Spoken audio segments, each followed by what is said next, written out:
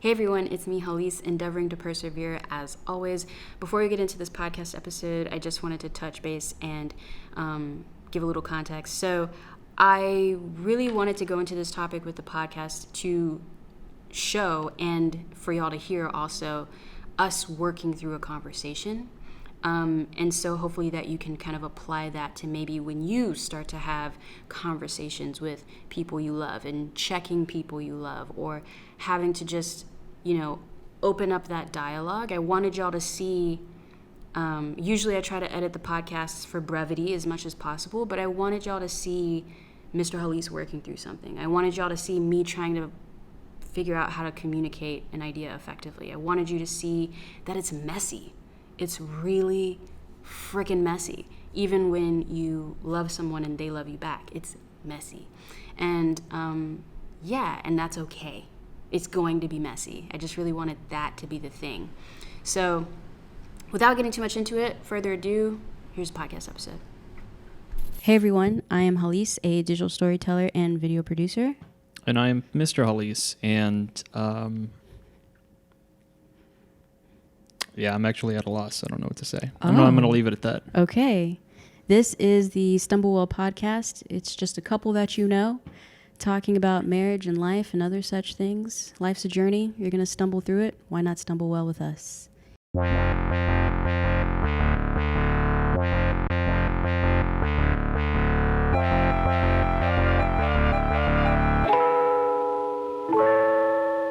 Today's episode, we are talking about candidly, if you will.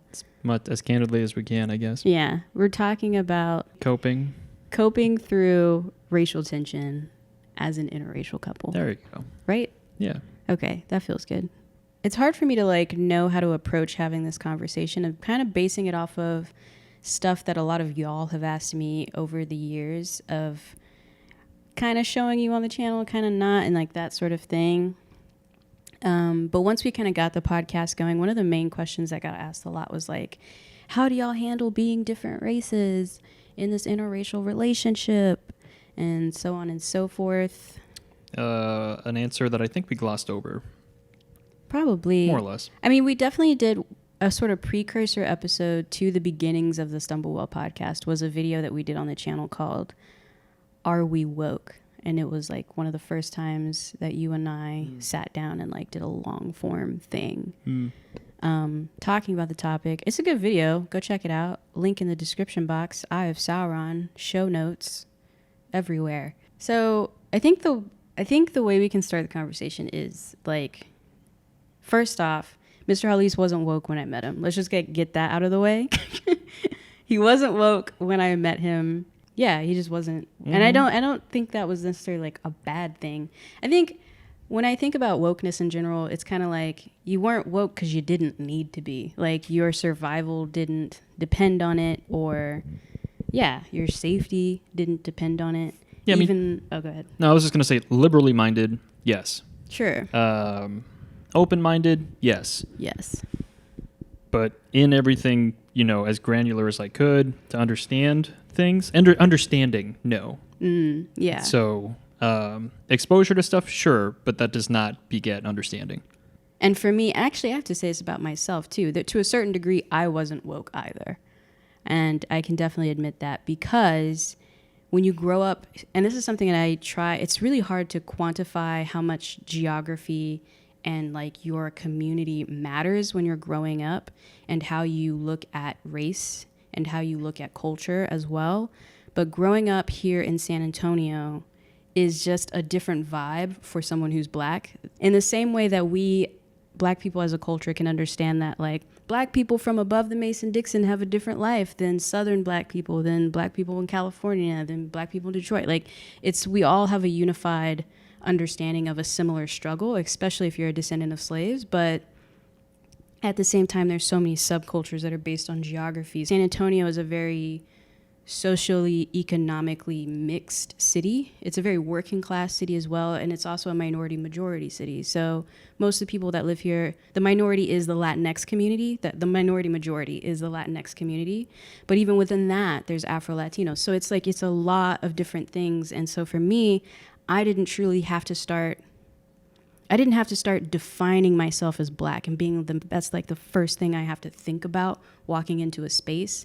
That didn't have to happen for me until I went to college, until I went to the University of Texas in Austin, where the minority population in general is very low. And that was sort of the beginnings of my awakening of understanding like what it truly meant to be a minority in this country, comparatively to San Antonio, where it was kind of like, yeah, I'm black and we're a minority or whatever, but it's just not the same here. The only thing that I really have a solid thought on is, like, this is a fight for everybody, but it's something that, so you can be out, like, so you can share emotionally.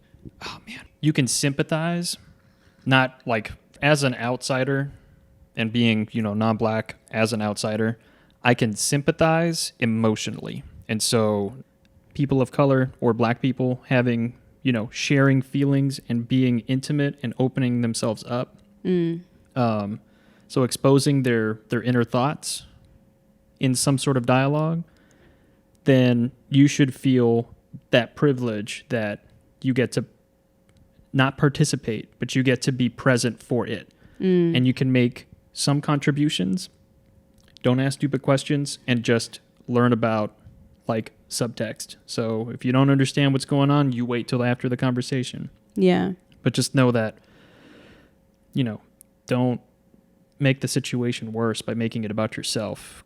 The conversations that typically come out of this, like I know enough now that I don't need to participate in the conversations to be like, well, so why is this and why is that? And I don't understand why they're doing this. Oh, like, so you're talking about like the greater dialogue. Yeah. Nationwide. Yeah. It's like, I don't need to participate unless someone's being ignorant. But even then, I'm only exposed to people that may or may not be ignorant at work. It's like, I'm not going to take, it's just, I can't do that here right now and like get into it with you when I'm trying to like rush people past me. Whereas, yeah, and it's like, okay, let me take the 25 minutes and you're never going to understand it, but I'm just going to tell you that everything that you're thinking is wrong. And like, I can't take that chunk of the day. That would be the thing that would need to be done. Because yeah, if you could just chip away at, you're not going to change somebody's mind the day of. But if you could chip away enough at it, then it's weaker now than it was yesterday. But that would be the thing that I would think I could do day to day. That's interesting. I guess my like immediate thought is, how is anyone going to know that they're thinking wrongly or thinking, I don't know, in a bigoted way or whatever, if like you don't use the privilege you have to speak up about it? Because it's one thing if I do it, then they're just going to be like, well, yeah, of course you're not going to agree with me.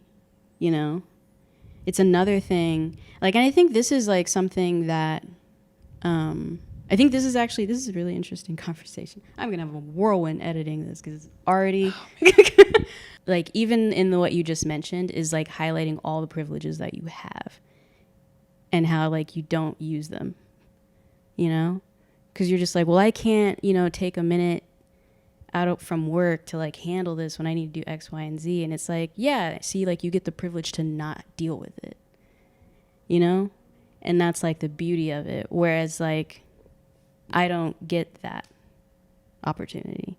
Like if someone does something or says something to me, it could become a life or death thing, but it's like, I have to deal with it. Like I don't get the luxury of brushing it off. I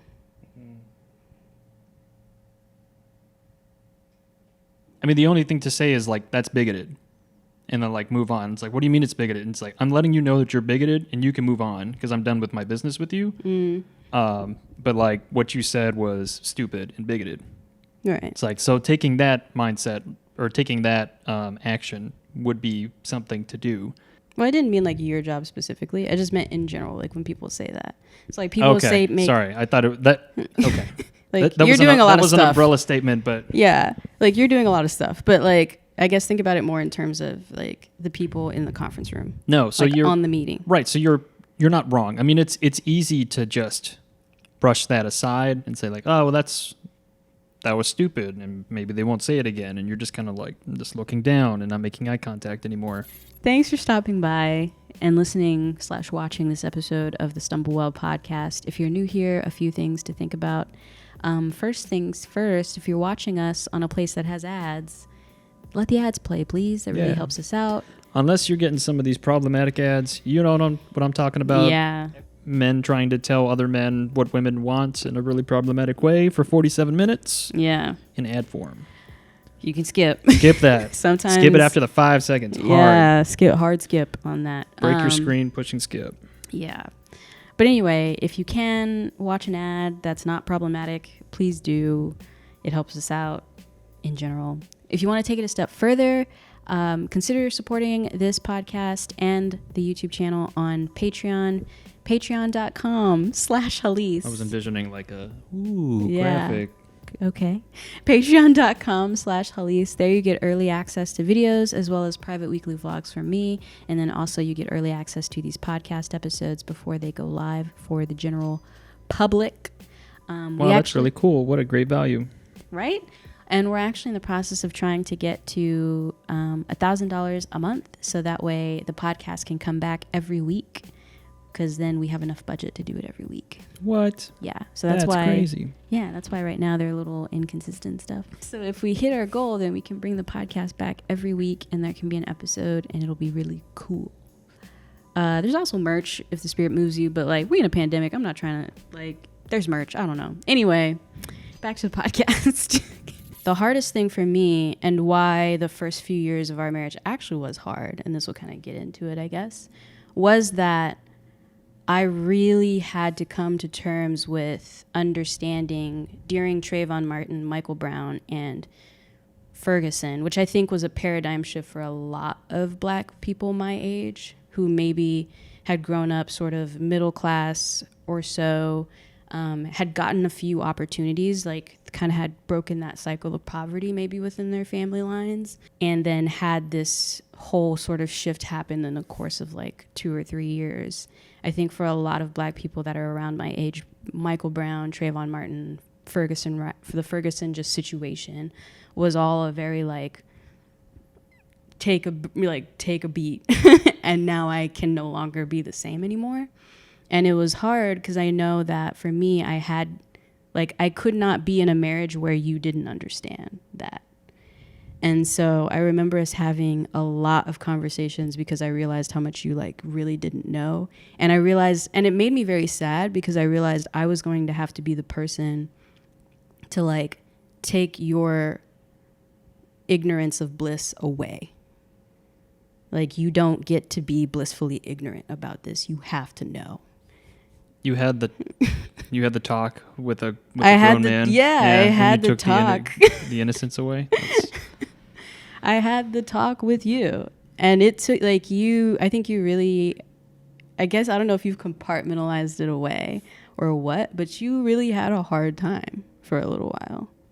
It's a complete shift in mind frame. Just completely. I mean, I can't describe where your mind is from and then where it's going. I can't describe what it means, but it's more just taking the lenses have come off or the veil has come off. And so you were only seeing, but so much. Mm-hmm.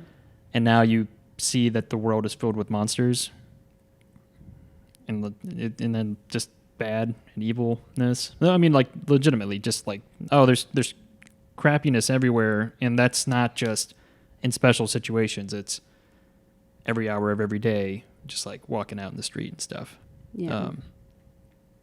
And so if someone told you that there were always ghosts around you, I can't see it, I don't understand how they can impact your life.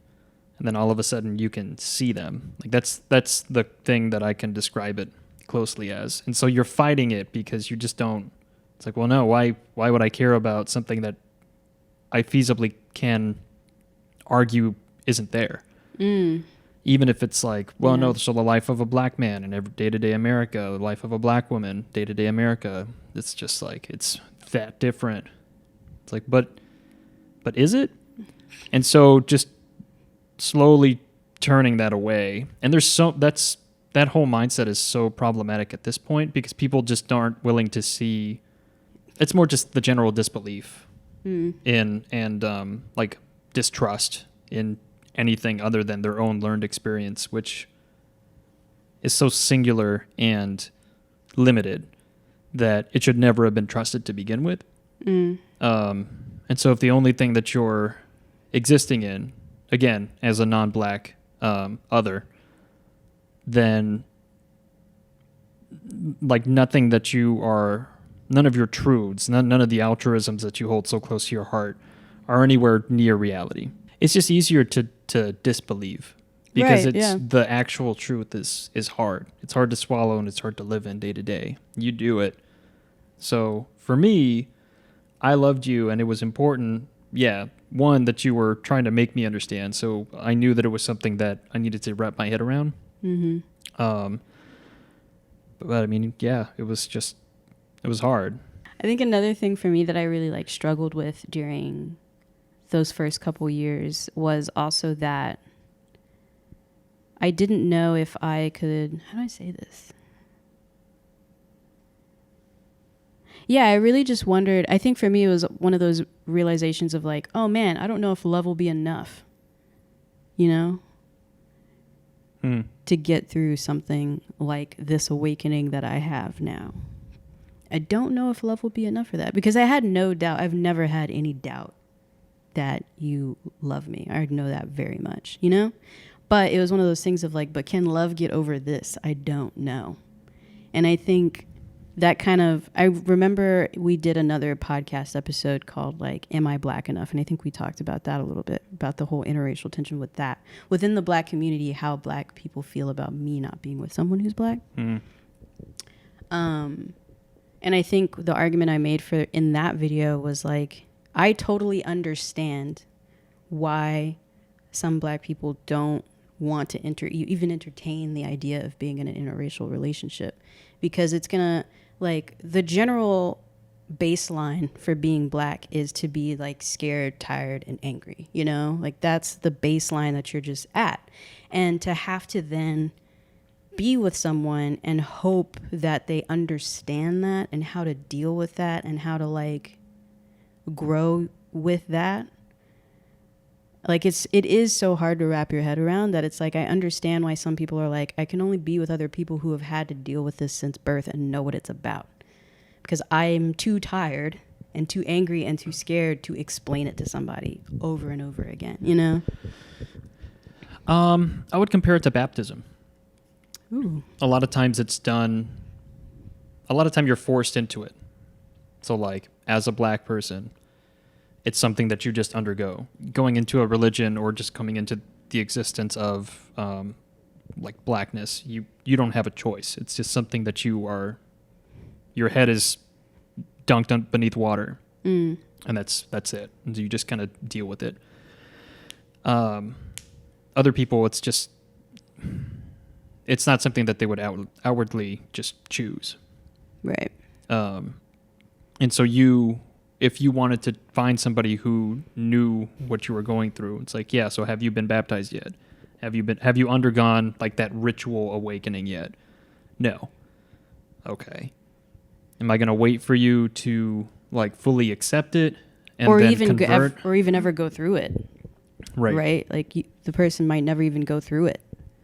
I don't know. It's just like, I definitely get it. Like I get why Black love is a thing. You know what I'm saying? You know, I get why like spaces of community that like Yvette You get why spaces of community? I get why spaces of community like what Yvette and Glenn have is very important and like needs to exist for people. Something that I've often thought about in regards to like our relationship and it being what it is like, I've always wondered, or I've always been a little like sad thinking about how there's just so much stuff you have to think about being married to me that you wouldn't have to think about if you were married to someone who was also in the Latinx community or just white or. Well, like what? Yeah, I don't even know. You have to deal with more than I think most other husbands of other races probably have to deal with. I mean, that's not going to I'm going to pause right there. Like, I'm not putting myself on a pedestal where it's like, oh, well, Chris has to deal with so much. He's sacrificing. It's just like, I don't really even see it. I mean, I don't really see it. I mean, there's nothing else that would be equivalent for any of those other scenarios that would like equate to what you go through.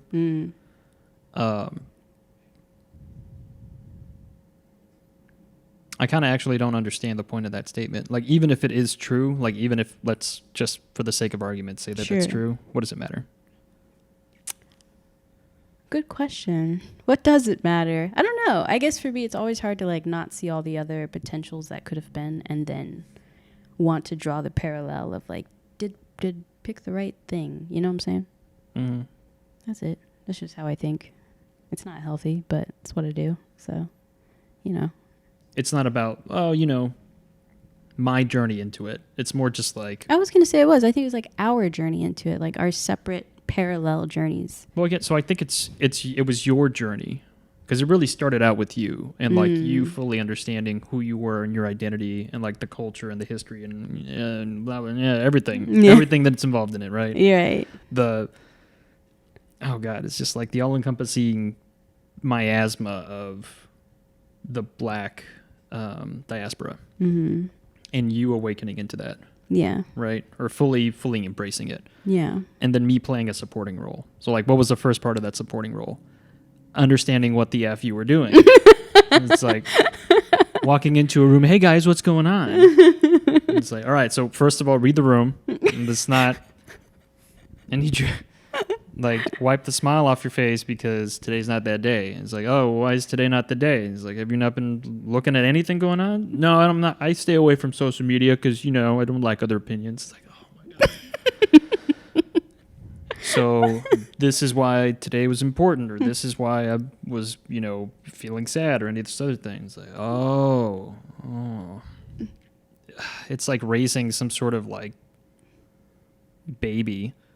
Now I have like, or like a plant. So it's like, here's a little nutrient, but this nutrient, you know, is kind of toxic. And it's like, oh, I feel so sick. Ooh. And I'm like, all right, and I have to wait for this stupid thing to digest it.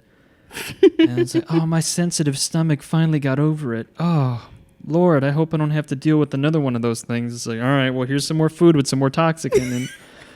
Oh, it's so bad. And then gradually over time, it's like, oh yeah, I feel okay. Yeah, it's just like, so what's the first stage of the journey with us? It's like you going through the understanding and then like begrudgingly dragging me along, and then my understanding growing to a point where I'm not some idiot asking dumb A questions. Or it's like, why is everyone wearing a black T-shirt right now? Or like, why is the Stevie Wonder birthday song so great? I don't get it. It's so long. Yeah, so you just like, the first thing is building up an appropriate enough shield or armor. I want you to keep all that. Yeah. But like, you're building up an appropriate armor where it's like, you ain't going to ask stupid things like that again. And all of that takes time. Cool. Can I say the N-word? No. No, you cannot. Ever. But that's why I think it's important. Like, it kind of comes back to more relationships as opposed to marriage.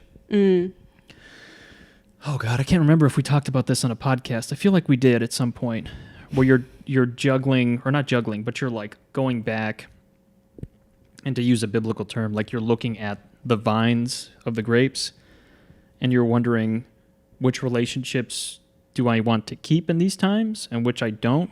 Like, this one's looking a little bit weak, and I know that it's just going to drain the main plant, which is me. And so I'm trimming that back, and I ain't talking to that person again. Dang. That's true. That's just to stop from dragging me for a second.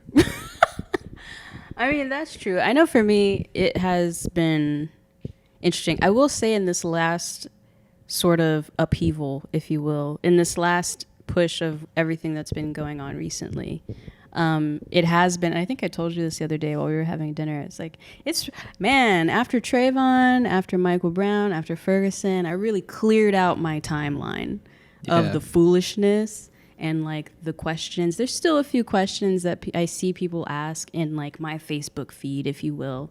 But then like the answers are immediate and swift, and that person's like, thanks, and like whatever. But I am grateful that, yeah, I think, I know it's hard because for me, I feel like there is strength in diversity. I really do. I feel like there is such strength in having diversity of thought, having diversity of presence around you. And so when I like making that decision to kind of like minimize who I saw in my Facebook feed was actually really hard for me. So there can be dissenting opinion, and that strengthens and diversifies the truth that comes out of it. You're like, oh, I'm just enriching my mind, right? Yeah. As opposed to lived experience. And so you cannot have dissenting opinions on lived experience. And so if you have experienced racism day to day, or if you've experienced discrimination, if you've experienced being passed up for a job, or being, any of this other stuff, or microaggressions on a day-to-day basis, those are things that, because they are your, like, what is it? No, experience is perception, which is reality, right? So then, yeah, if you have that experience, then it's like, yeah, so I know this is true because it's happened to me. It hasn't just happened to me. It's happened to my family. It's happened to my friends. It's happened to everybody else that I know who is black goes through. Right. And then you have somebody that's like, yeah, but I mean, in this day and age, it's past the 1960s. You've had the civil rights, whatever, for decades. What are you going to be doing? It's like, is racism still really a problem right now? And it's like, yeah. The fact that you're even asking, yes. This is like, yes.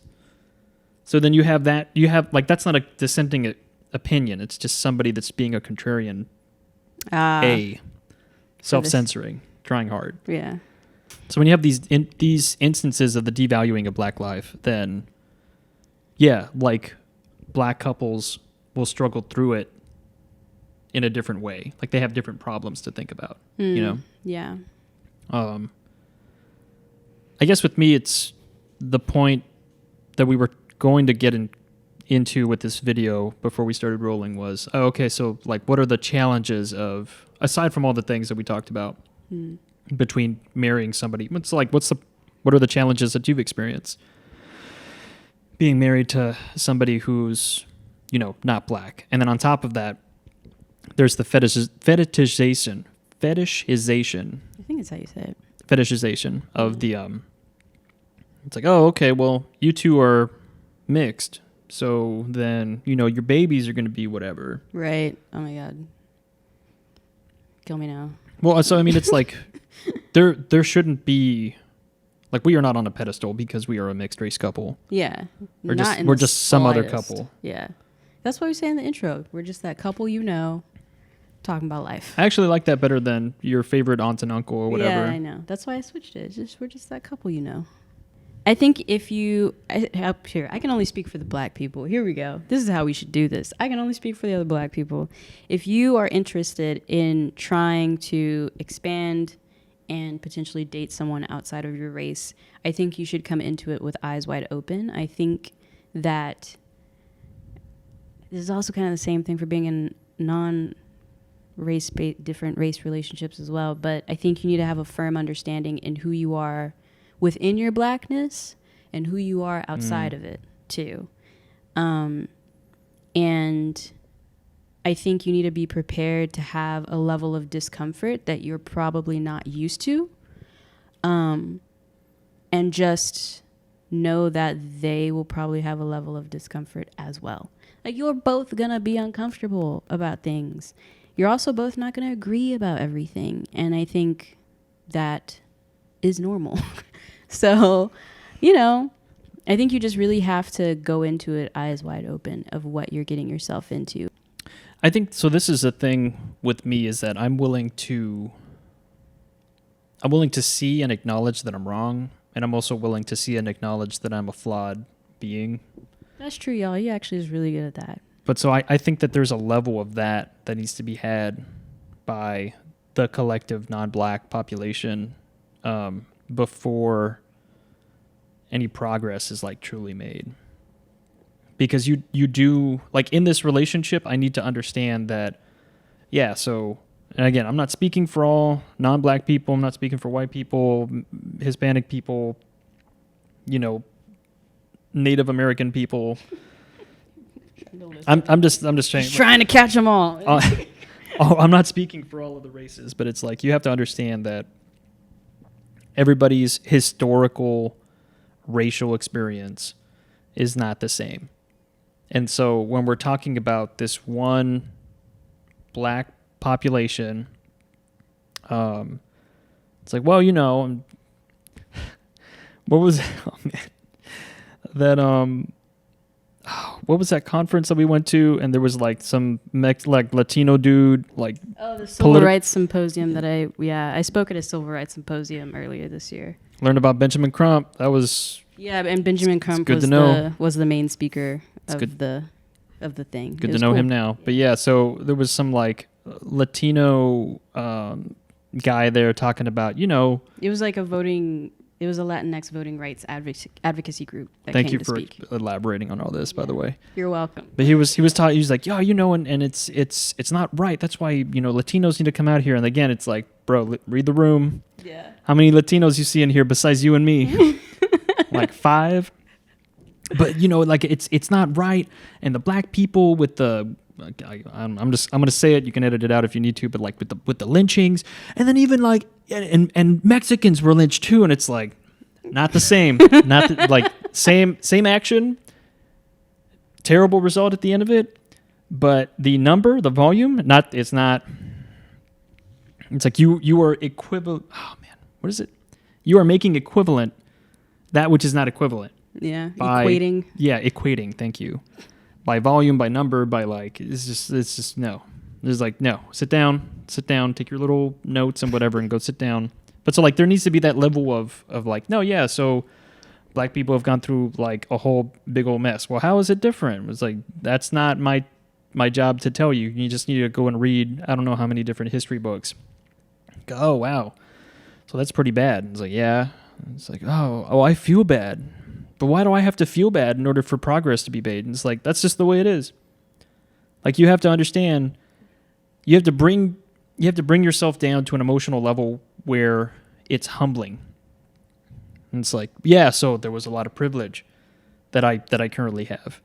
And, you know, maybe an action on my part is not helping the cause. It's like, okay, do you despise yourself a little bit as a result? It's like, oh, no, I mean, because it's not my problem. It's like, all right, then you're not in the right headspace to do jack, and then we will, like, we're just going to keep treading water. But it's like, oh, man, I feel so bad. How do we make a difference? So it's like the disparaging and the self-criticism pushes you, like it buoys you back up into actions. Like, so how do I change? Like, what do I do in this relationship to prevent from being more of a problem? It's like, educate yourself. Or don't make stupid comments. Or don't ask stupid questions. Like, and it's just like basic stuff like that. Or like having the knowledge base where if somebody's like, oh, well, I'm going to say something, you know, super bigoted about that. And you're like, I got 45 minutes. This is why you're stupid. And it's like, well, you can't even. It's like, no. So like, I know all the counter art, and it's like, nothing that you're going to say is wrong. It's all wrong. And I'm just going to keep, like, even if I can't change your mind, I can just like keep pushing against it. But like, you just need to be at that level of, it's like, wow, so I feel bad and I know they feel bad about the situation. So how can we change it? It was like, okay, well, you can be part of the movement. You could be part of this. You could be part of the communal outrage. But there needs to be that level of, I am part of the problem at some point. Like, you have to share the blame to some extent for what's happening. Otherwise, you won't get to the point where you want to care enough to change it. Woo. And on that note, I feel like that's a good ending. Maybe. I don't know. What else can we talk about? I think that's good. I mean, I'm not solving racism. I'm just like riding a caffeine high right now. But it's like, I love you and I'm trying to do what I can to support you. Yeah. I will say in the description box below, Evelyn made a really great video called How to Be an Ally for Creators for Change last year. Might have been the year before last. It's been a minute, but it's a really great, obviously it's Evelyn, humorous video about how to be a good ally. And I think it's a good place to start if you are someone who is new to having these types of conversations and like being privy, even just being privy to the conversation. And that's like the beautiful, scary thing about the internet is that Black people have been having these conversations amongst each other for so long. And because of the internet, we are all still having them. It's just, it is now for the world to see. I also will say, I'll also link to Belief in Fatherhood just did a video talking about his 2 sons. He has 2 Black boys. I think Theo is 7 or 8 at this point, and Uriah is like probably 5 or 6. I thought he was like 2 or 3 years, but yeah, they're younger. Might have been 2. I thought it was 2. I think he's only like 2 years younger than Theo. But he just did a video on his channel talking about giving his kids the talk. His 2 boys specifically, oldest boys, because there's 2 other kids. But it's 25. Okay, it's fine. It's still rolling. Okay. Where he's giving his kids the talk and having that conversation with them. I think that's also something to watch if, again, you are new to this, because I don't know if we answered any questions in this episode, but we said some stuff. Garner feelings from it. Let us know in the comments if you're watching us on YouTube. Stumble well, stumble on. And we'll see you next time.